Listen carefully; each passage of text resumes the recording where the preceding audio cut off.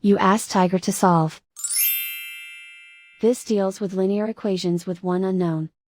The final result is x equals 10. Let's solve it step by step.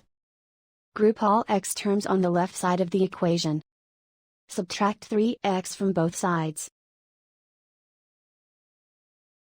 Group like terms. Simplify the arithmetic. Group like terms.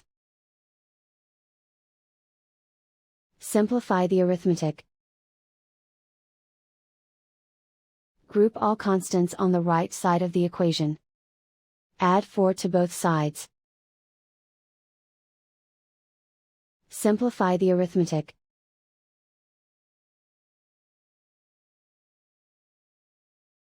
And so the final result is x equals 10.